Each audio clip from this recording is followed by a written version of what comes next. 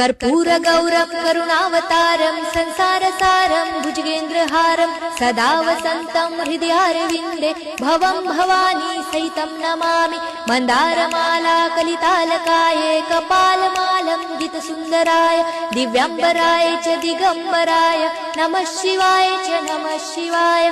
घालीन लोटांगण वंदीन चरण डोळ्यानी पाहीन रूप तुझे प्रेमे आलिंगन आनंदे पूजन भावे ओवाळीन म्हणे नमा। त्वमेव माता पिता त्वमेव बंधु सखा त्वमेव विद्या द्रविणं त्वमेव सर्वं मम देव कायेन वाचा मनसेन्द्रियर्वा बुद्ध्यात्मना वा प्रकृति स्वभावात् करोमि यज्ञं सकलं परस्मै नारायणायति समर्पयामि।